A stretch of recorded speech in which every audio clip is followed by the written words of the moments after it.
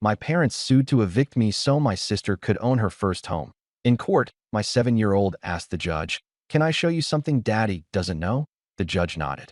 She held up her tablet, pressed play. When it started, "My name is Matt. I'm 35. I'm an architect, the older kid, the reliable one, the one who shows up with a tool bag and a measuring tape when everyone else just brings opinions.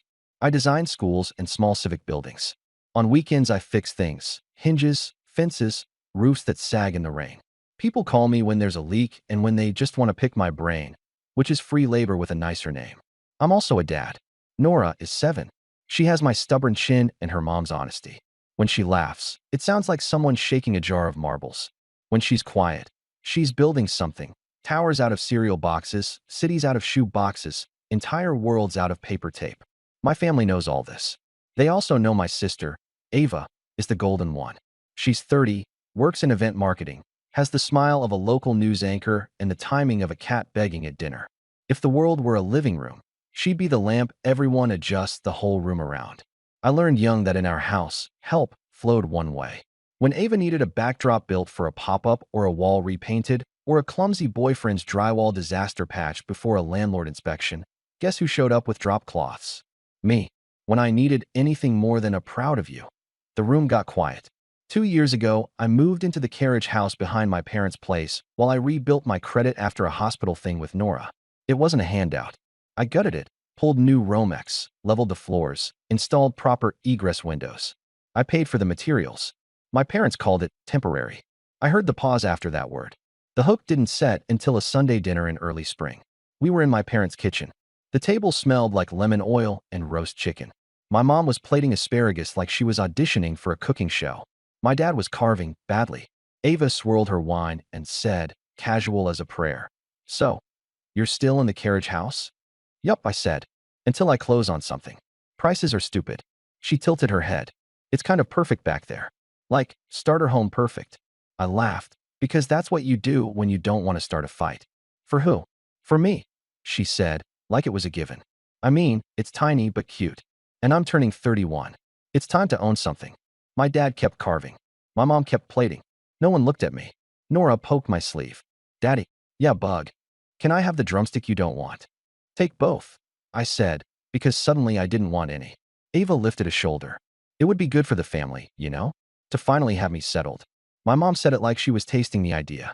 It would be nice to see Ava in a place of her own. There was a sound then. Not a slam, not a shout. Just the quiet click inside my head when a detail falls into place on a drawing set. You know the sound. It's the one that says, "Oh, that's what this is." I cut the roast chicken skin with the back of my fork and didn't eat it. I looked at my parents. I looked at Ava. I didn't say anything. Not yet. But that was the first crack. You don't design roofs without noticing leaks. You don't grow up as the not golden child without hearing the plan before they say the words. That night, after I tucked Nora in and she pushed her tablet under her pillow like it was a diary, she asked, eyes big in the dark, "Are we moving?" "We're okay," I said. "Go to sleep." And I meant it. I thought I did. Until the next part started writing itself without me. The story didn't begin in a courtroom. It began with the usual slow drip. "Matt, can you grab coffee after work?" My mom texted. I showed up at the cafe near the office, still in boots and a safety vest speckled with drywall dust. She had a folder. "Why do parents think a folder makes bad news look professional?" "We've been talking," she said. "Ah," I said. "Your dad and I think it's time to make things official with the carriage house." "Official how?" She did the delicate sip thing. "Ava has been saving." I blinked. For? For a down payment. On the little building I'm currently living in. On her first home," she said, like reciting a charm. "It's important for young women to build equity." "I agree," I said. "She should buy a place." "She wants that place," my mom said, the folder neat and patient under her hand. I took a breath. "I'm not a wall hanging. You don't move me like a picture frame." "Don't be dramatic," she said. "I'm not. I'm an architect. I'm being literal." She pushed the folder across the table.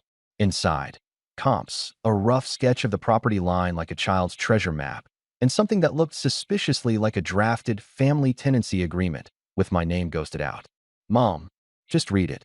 The agreement said 90 days. It said gift and family equity and legacy. It read like a Hallmark card, and an eviction notice had a baby. I'm not proud of this, but I laughed. Not mean. Just that tired, unbelieving laugh you do when a bean you poured says it's decorative. I can't do 90 days, I said.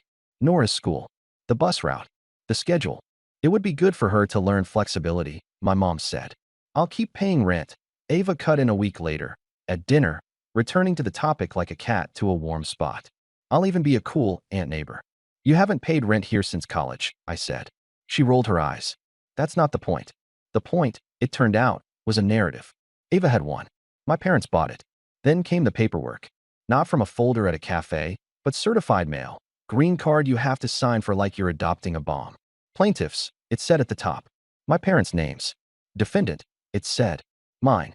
I stood on my tiny stoop and read the words 3 times while the mail carrier pretended to care about the weather. Daddy, Nora said, leaning on my knee. Why are you making your thinking face? Because grown-ups are being silly, I said, which is what you call cruelty when you can't explain it to a first grader. The complaint was dressed up like logic. Trespasser. Unlawful detainer. License revocation. It argued that my stay had always been permissive, that it had ended, that I refused to leave, that my presence interfered with the reasonable expectation of plaintiff Ava to own her first home. They used those words, own her first home, in a legal document. Like a dream needed a sheriff now. I called my dad. You sued me. We didn't sue you, he said. The lawyer did the paperwork. So, you hired a lawyer to sue me. It's not personal. You literally wrote my name. It's just time, he said. Ava needs stability. And Nora needs what? I asked. A suitcase. Silence. Then the sound of a television somewhere. The laugh track, choosing sides. I wanted to rage. I didn't. I got practical. It's how my brain copes. I took pictures. I collected texts. I printed rent payments from my bank. E-transfer notes that read carriage house. April, heat, water, insulation. I found the email from 2 summers ago where my mom wrote, "We really appreciate you taking care of the taxes on the outbuilding this year." I wrote down every date I'd covered their leaky main roof, their ice dam, their broken sump pump. Not as weapons, as memory. Because when people change the story, paper doesn't. When I dropped Nora at school, she squeezed my hand hard. We don't have to move, right? Not if I can help it. And you can help it, she said with absolute faith. I'm going to try. That night I called my ex, Jess. Quick thing, I said, trying to sound normal. My parents served me. Like with dinner? Like with a lawsuit. There was a long breath on the line. Do I need to get Nora more nights while you figure it out? Maybe, I said. But can I ask you something? Sure. If this goes to court, don't bring her unless a judge asks. I don't want her in that room. Of course not, Jess said. Then, softer, I'm sorry. Me too. The next weeks were ugly. Group texts from relatives. Family is everything. Ava deserves a chance. It's only fair. Apparently fairness now meant throwing a kid's drawings into banker boxes because a 30-year-old wanted an Instagram caption about keys. The worst part wasn't the paper. It was the small things. My mom stopped leaving leftovers at my door. My dad stopped pretending to check on my boiler. Ava stopped saying please. Every visit, she'd hover in my doorway like a realtor. I could do floating shelves, she mused once. Eyes running lines across my wall like a laser level. Maybe paint this brick. Ava, I said. What? Innocent, practiced. This is my home. She smiled with no teeth. For now. At night, when the house was quiet and the radiators clicked like they were counting, I stared at the ceiling and rehearsed calm words. Because if I showed up angry, I'd be the problem. If I showed up steady, maybe the truth would sit down too. One thing about being an architect, you learn to read loads. Some walls are bearing. Some are decoration. I couldn't tell yet which my parents were. But the court date came. It always does. The courtroom was smaller than TV makes it. Beige walls, tired flags, a clock that tried and failed to keep up. The judge was mid-50s with kind eyes that didn't fool around. The bailiff moved like a metronome. Ava wore a white blazer like she just got promoted by a magazine. My parents sat shoulder to shoulder like a bench was a lifeboat. Jess sat behind me because she's a better human than I deserve. Nora was with her, tablet in her backpack, earbuds like a small anchor. Case number. The clerk read. The lawyer my parents hired stood first. He talked in calm, expensive sentences. Permissive use. Revocation. Client's right to quiet enjoyment. Daughter's first opportunity at homeownership. He said it like a sermon. First home. He kept saying it. When it was my turn, I stood. My mouth felt like chalk. But architects present to boards. We learn to breathe. I'm not a squatter, I said. I'm their son. I've paid utilities, taxes on the outbuilding, Sent rent every month. I remodeled the structure at my expense with their permission. I have receipts. I placed the folder down. Paper made a sound. Truth has a sound. They want to evict me so my sister can have it as her first home, I said. That's their phrase. But there's more here. There's a pattern of me subsidizing the building while they treat it like a toy to hand out. The judge held up a hand. This isn't small claims with feelings, she said, but not unkindly. I need facts. Understood. We walked through photos, emails, the single text from my mom. Thank you for covering taxes again.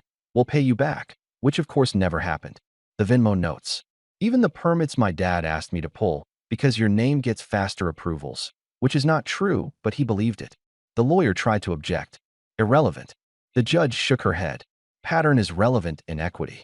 Then Ava spoke. I'm not the bad guy, she said, voice glossy. I've been saving.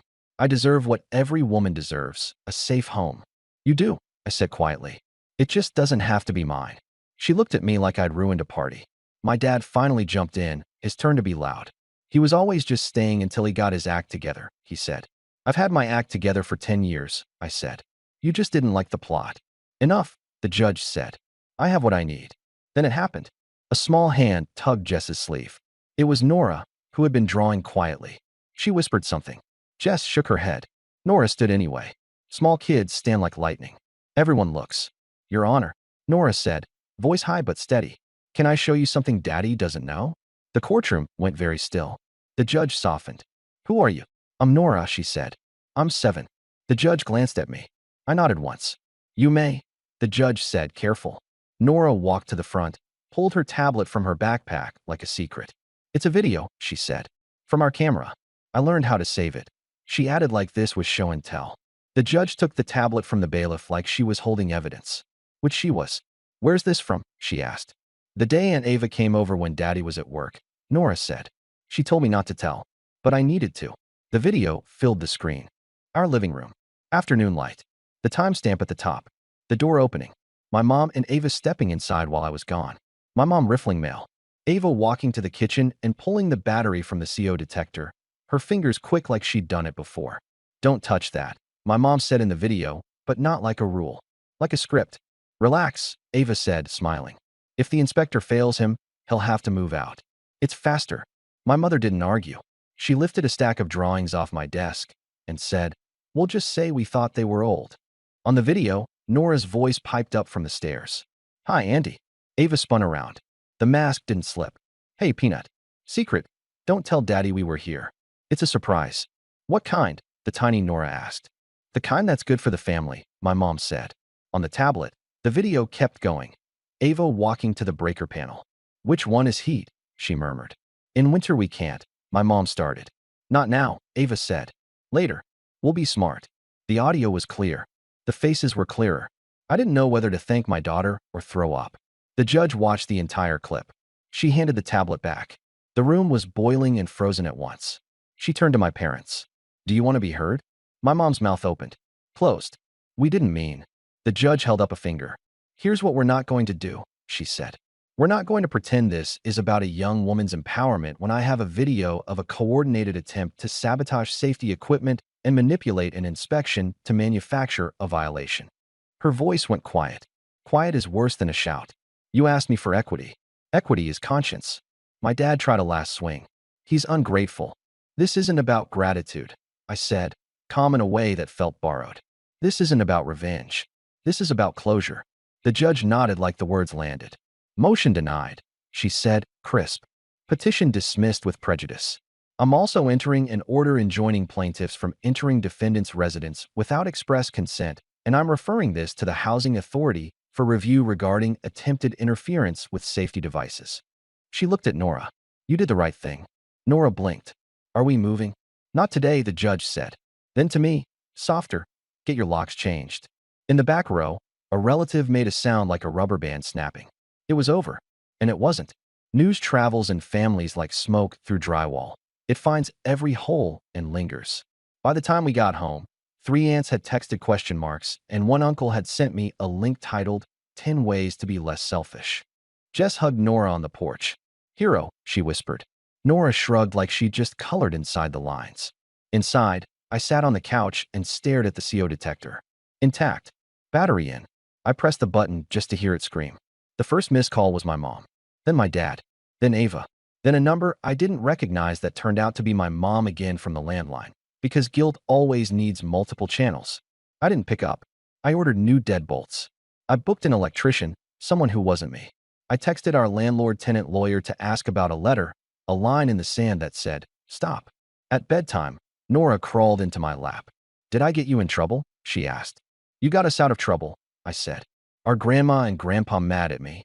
"They're mad at the video," I said. "And the video is true." She thought, then nodded. "Truth is like seatbelts," she said. "Annoying but important." I laughed for the first time in a week. Exactly. The next morning, my dad showed up on the sidewalk like a storm front. He didn't step onto the stoop. The injunction letter had already arrived. He held his hands out, palms up, like, "How did this happen?" "You embarrassed us," he said. "In a room you chose," I said. He ignored that. "Your mother is sick over this." "She's not sick," I said. "She's disappointed she didn't get what she wanted." He rocked on his heels. "We were trying to help your sister." "I know," I said. "You always are." He looked past me into the living room like he could unsee the tablet. "She's the baby," he said, as if that were a legal doctrine. "Then buy her a crib," I said. "Stop asking me to be the mattress." He flinched. Maybe at the tone. Maybe at the metaphor. I didn't say it to be clever. I said it because it was true. For a week, we lived in a weird quiet. No simple, "We're making lasagna. Come over." No, "Are you free Saturday? The fence needs you." I started to see how much of my calendar had been built out of other people's expectations. Whole Saturdays opened up like empty lots. I took Nora to the lake. We built a bridge out of driftwood in the ends of summer. I made pancakes badly, and she ate them like they were perfect. I drove past open houses and did not leave my name. I measured the little bedroom and drew Nora a loft bed with steps that doubled as drawers. When she saw the sketch, she gasped like she'd discovered a new color. We built it together, two screwdrivers like swords. Then the messages changed flavor. My mom texted, "We overreacted. Let's talk." Ava sent a paragraph about how she'd been under so much pressure. My dad wrote, "Family is messy," which is what people say right before they ask you to clean up. I didn't respond. Silence is a boundary that doesn't need exclamation points. Instead, I wrote my own letter. Not legal. Personal. 1 page. I printed it and dropped it in their mailbox because I wanted the thunk to count. "Mom, Dad, and Ava," it began. "I love you. That hasn't changed. What has changed is access. You don't get keys anymore. You don't get to set my timelines. You don't get to walk into my home because you decided it's yours. We won't be at Sunday dinner for a while. If we talk in the future, it will be in a therapist's office with rules. If you post about me, don't. If you show up here, don't. If you call Nora to explain, don't. This is not revenge. This is closure. We are not moving. We are not debating. We are building our life." I signed it. Not love. Just my name. I expected rage. I got pivot. People who are used to you bending don't accept straight lines. They try new angles. Ava posted a picture of a key on Instagram with the caption, "Homeowner vibes," and a location tag at a condo building across town. The comments were full of confetti. My mom called 3 days later pretending to check on my boiler again. "You know we were only thinking of Nora," she said. "Children need a yard. She has one," I said. "It's 20 steps from our door." "But, Mom," I said gently. "Stop." She sniffed. "Well, if you won't forgive us." "I forgive you," I said. "I just don't live under you." That got me a dial tone. My dad followed with a text. "We're updating our wills." I put my phone face down and continued tracing Nora's loft bed parts on plywood. On the fourth Saturday, I saw Ava at the grocery store. She did the diplomatic half smile. "We should talk," she said. "We are," I said. "You know I didn't mean to hurt Nora." "You told a 7-year-old to keep a secret," I said. "You pulled a safety device. You meant to get a result. You got one." Her face hardened. "You always make me the villain." "You cast yourself," I said. She stepped closer, then looked at the aisle camera and stepped back. "Okay," she said. "Enjoy your little shack." I looked at the basket in my hand. Milk, eggs, maple syrup, screws. "I will," I said. After the groceries, I drove to a locksmith. I handed the man my old deadbolts and my new resolve. "We had a situation," I said. He nodded like he hears that every day. Maybe he does. While he cut keys, he said, "You're the architect who did the library edition, right?" "Yeah. My kid loves that reading nook," he said. "Feels safe." Safe. That word. People think safety is locks and batteries and codes. It is. But it's also a calm voice, a choice not to answer a call, a letter that says no. At night, when the new locks clicked, the whole carriage house felt different. Not bigger, not fancier, just mine. Nora taped a sign on the door in bubble letters, home. Then, under it, smaller, no secret visits. I didn't ask her to write it. I didn't need to. She was building too. I can name the day the anger left. Not the dismissal. Not the new locks. Not telling my mom to stop using yard like a moral clause. 2 months later, a Tuesday, I was laying out a school renovation, chasing winter light across a room, when Jess sent a photo. Nora on the bus, gap-toothed, thumbs up. 3 words under it. She's okay, Dad. Something I nodded. The part that kept checking for the next email didn't disappear. It just stopped driving. People want revenge arcs. This isn't that. It's a wiring diagram. An as-built. Me drawing true lines. I still see my parents. At a cousin's shower, I stayed by the coffee urn. Mom tested jokes. I answered what mattered and moved when the old magnets tugged. Dad tried football small talk. We were in a room with white balloons and a future that didn't need me. Ava bought a condo. Posted the backsplash. Called herself a girl who can do both after hanging a towel hook. Good for her. I don't need credit and I don't need an invite. Sundays, Nora and I build. We made a cedar bird feeder and hung it where we can see it. Library after. Safety is a place you choose. Sometimes Mom texts therapy. I reply with a clinic and a date. Sometimes they show. I say the sentence again because the door keeps drifting open. I love you. You don't get keys. The court order sits in a clear sleeve. Paper is memory. On shaky days, I press play on Nora's video. 15 minutes long. The lesson is longer. If the people who raised you will kill your alarms to keep their story, become your own alarm. This isn't about revenge, I told the judge. Still true. It's about Nora living where promises don't hide knives. It's about not being a wall you hang things on. Boundaries aren't meanness, they're seatbelts. Closure isn't a slam. It's the click of a deadbolt, the whir of a saw when the cut fits, the thunk of a letter in a mailbox, a text that reads, she's okay. Maybe my parents never really get it. Maybe Ava never says sorry without a but. What I know, when I tuck Nora in, she keeps her tablet close because she wants it, not to hide something for an adult. My name is Matt. Architect. I place light where it belongs. I used to be a utility line. Now I live where alarms work, windows open easy, and the person with the key knows how to use it. No one gets to turn my life into their first home. No one tells my kid to keep secrets. Family won't be the bruise. I'm done being rearranged. I build. I protect. I stay calm when people tell on themselves. I tell the truth, even when it clicks quiet. I'm not moving. Not like that. Do I regret letting Nora speak? No. She told the small, exact truth. That's architecture. 2. Measure twice. Cut once. Don't hide the load. We're okay. More than okay. We're home.